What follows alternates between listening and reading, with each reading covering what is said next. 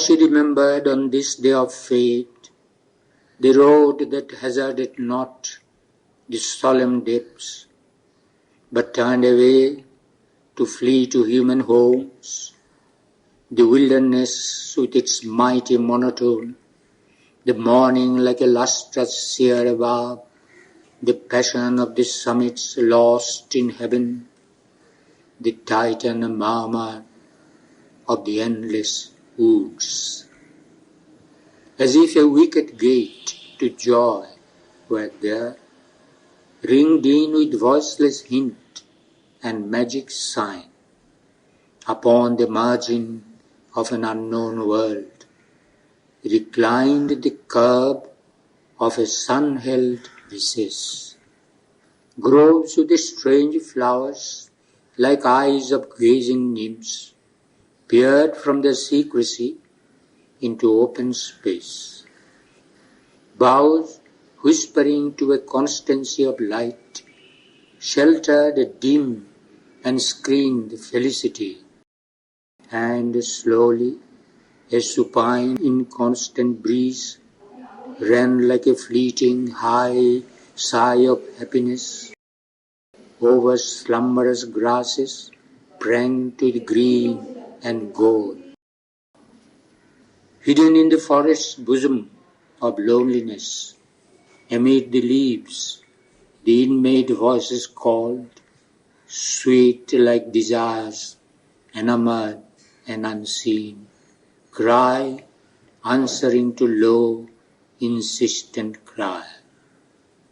Behind slept emerald dumb remotenesses, haunt of a nature passionate, veiled, denied to all but her own vision, lost and wild.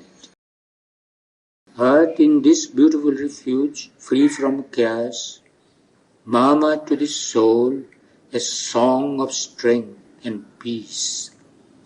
Only one sign was there of a human tread, a single path, shot thin and arrow-like, into this bosom of vast and secret life, pierced its enormous dream of solitude.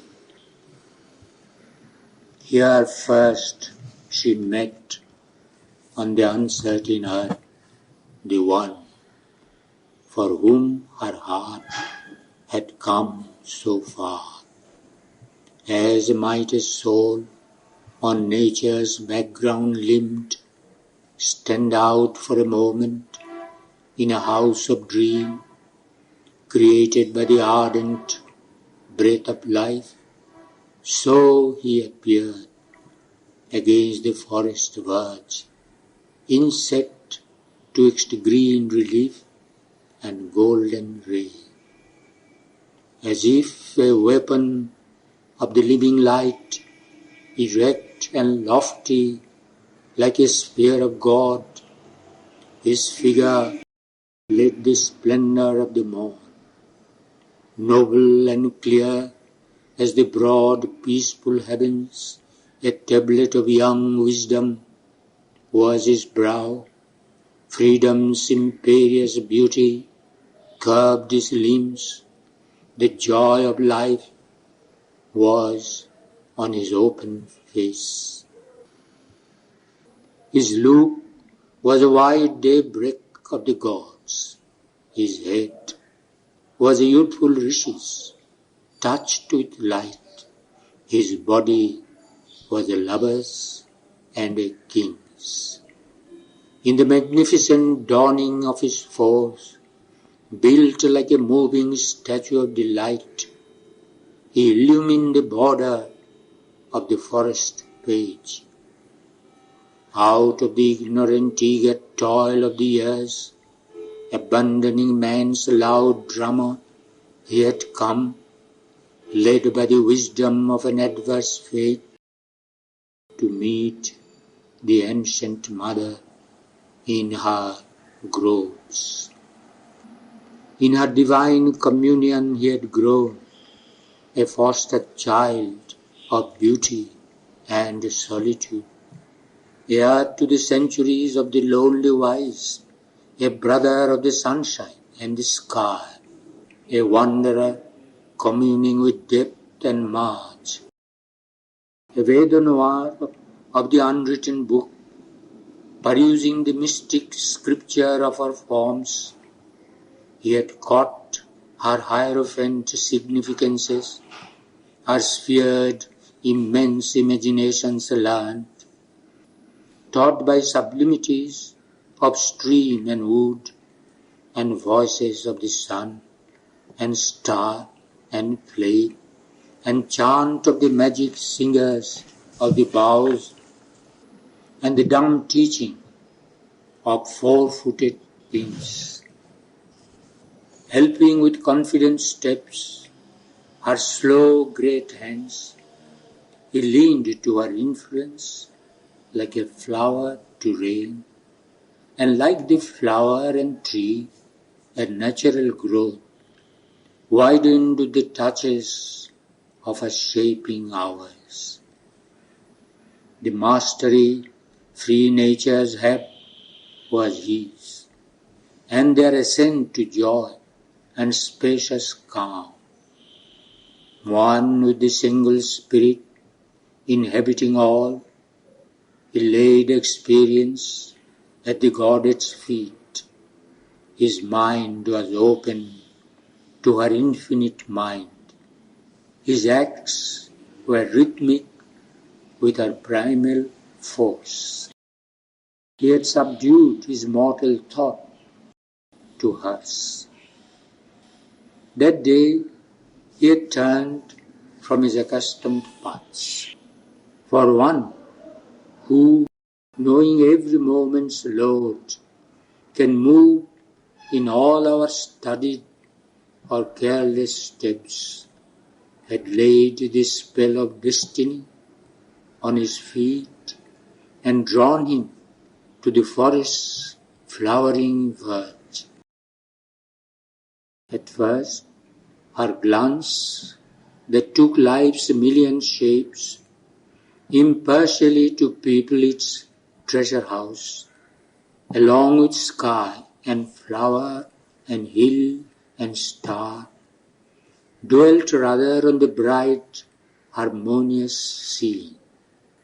It saw the green gold of the slumberous sward, the grasses quivering with the slow wind's tread, the branches haunted by the wild bird's call.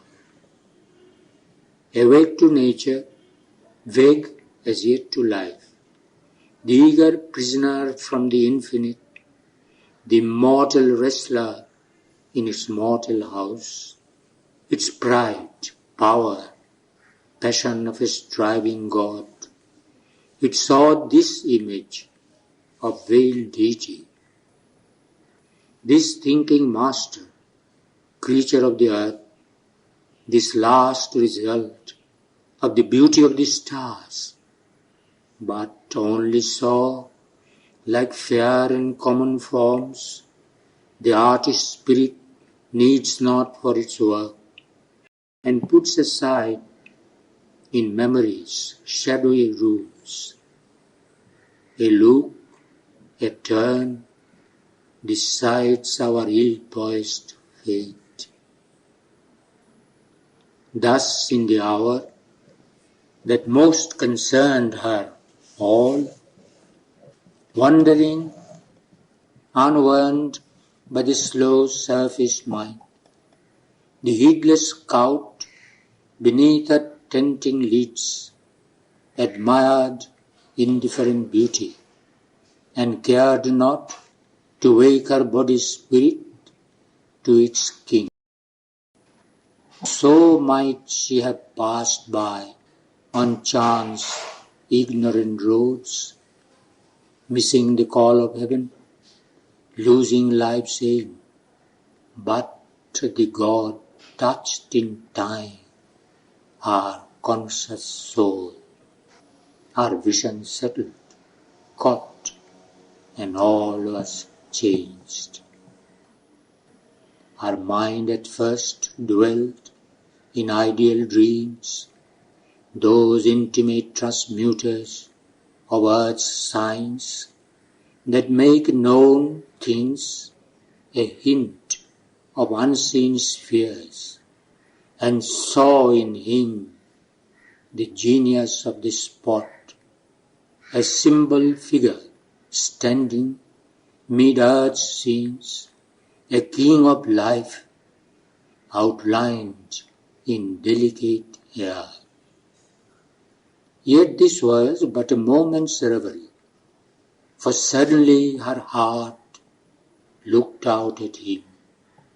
The passionate seeing used thought cannot match, and knew one nearer than its own close strings. All in a moment was surprised and seized, all in inconstant ecstasy, laying wrapped, or under imagination's coloured lids, held up in a large mirror air of dream, broke forth in flame to recreate the world, and in that flame to new things she was born. A mystic tumult from her depths arose, hailed, smitten erect like one who dreamed at ease. Life ran to gaze from every gate of sense, thoughts indistinct and glad, in moon-mist heavens, feelings as when a universe takes birth, swept through the turmoil of her bosom's space, invaded by a swarm of golden gods, arising into a hymn of wondrous priests. Her soul flung wide its doors to this new sun. An alchemy worked, the transmutation came. The missioned face had wrought the master's spell. In the nameless light of two approaching eyes, a swift and fated turning of her days appeared and stretched to the gleam of unknown worlds.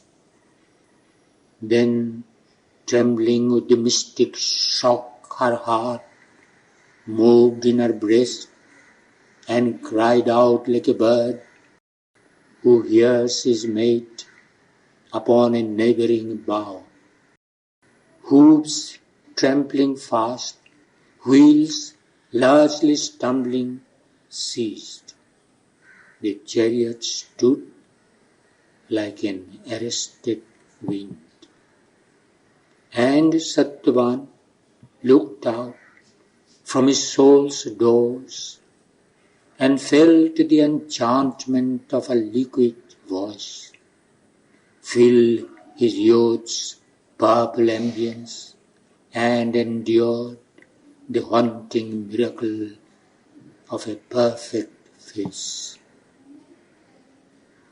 Mastered by the honey of a strange flower mouth, drawn to soul spaces opening around a brow, he turned to the vision like a sea to the moon, and suffered a dream of beauty and of change, discovered the aureole round a mortal's head, adored a new divinity in things.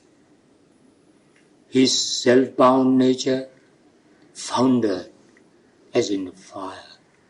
His life was taken into another's life. The splendid lonely idols of his brain fell prostrate from their bright sufficiencies, as at the touch of a new infinite, to worship a Godhead greater than their own. An unknown imperious force drew him to her. Marveling, he came across the golden sward, Gaze met close gaze, and clung in sight's embrace. A visage was there, noble and great and calm, as if encircled by a halo of thought, a span, an arch of meditating light, as though some secret nimbus half was seen. Our inner vision, still remembering, knew a forehead that owed the crown of all her past, 2 eyes, her constant and eternal stars, comrade and sovereign eyes that claimed her soul, lids known through many lives, large frames of love.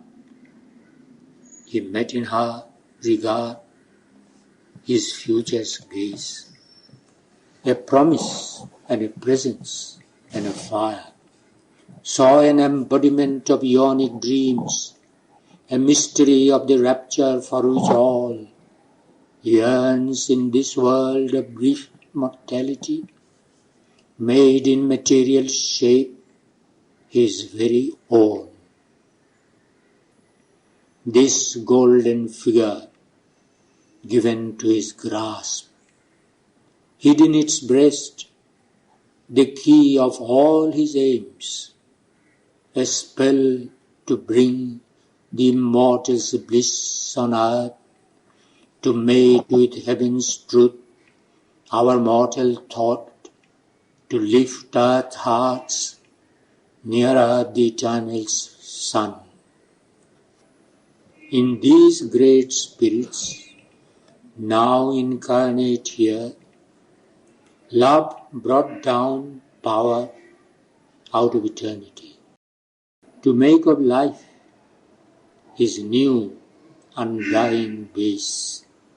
His passion surged away from fathomless deeps. It leapt to earth from far forgotten heights, but kept its nature of infinity.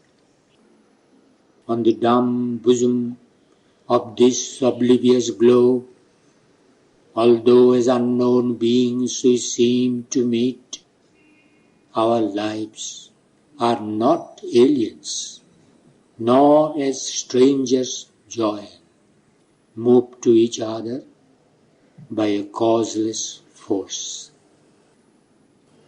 The soul can recognize its answering soul across a dividing time and on life's roads, absorbed, rapt traveller, turning it recovers familiar splendours in an unknown face, and touched by the warning finger of swift love, it thrills again to an immortal joy, wearing a mortal body for delight.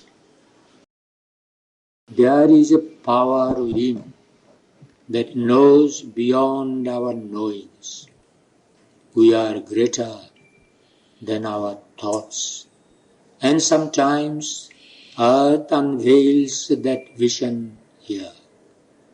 To live, to love, are signs of infinite things. Love is a glory from eternity's spheres.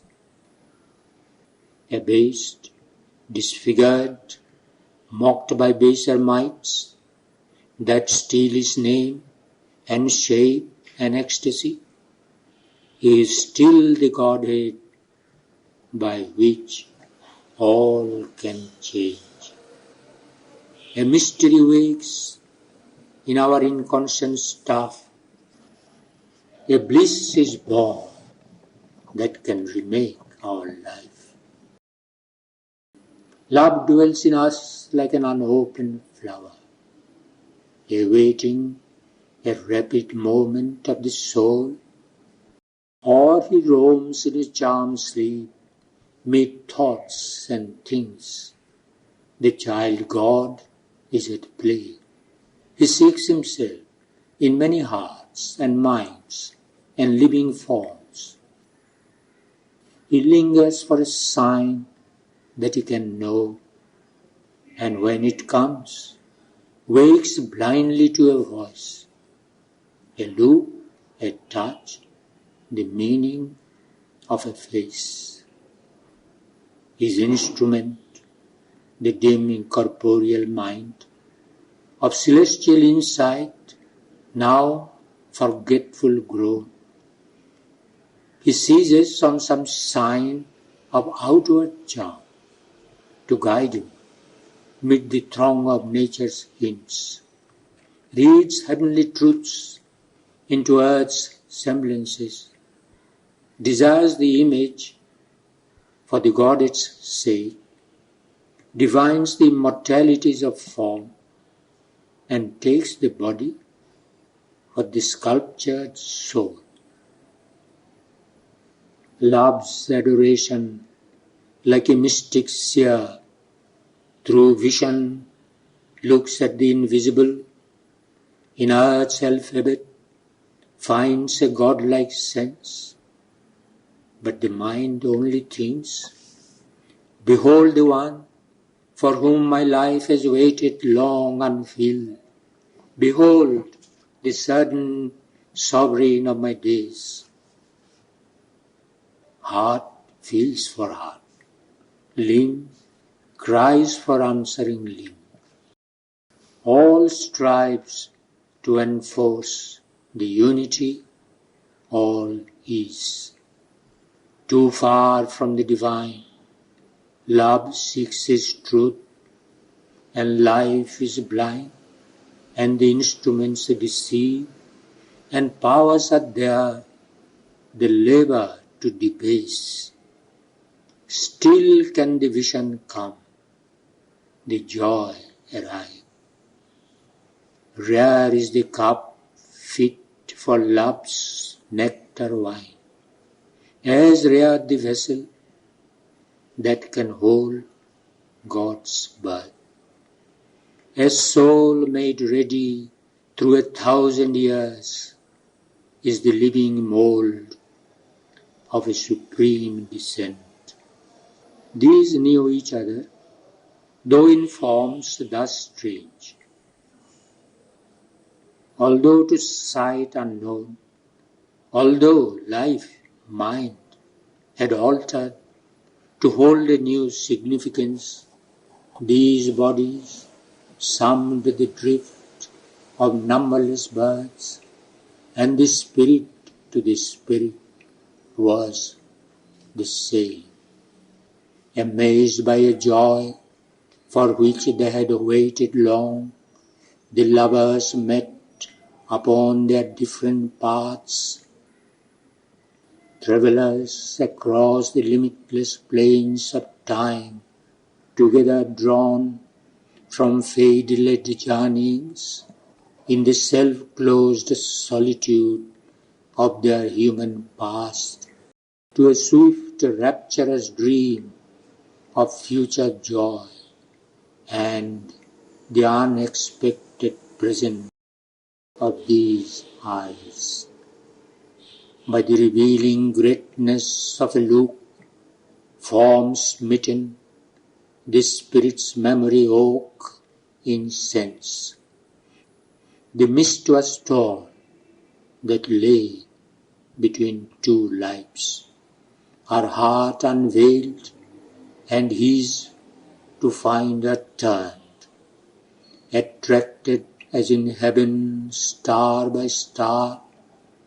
They wondered at each other and rejoiced, and orbed affinity in a silent gaze. A moment passed, that was eternity's ray, an hour began, the matrix of new time.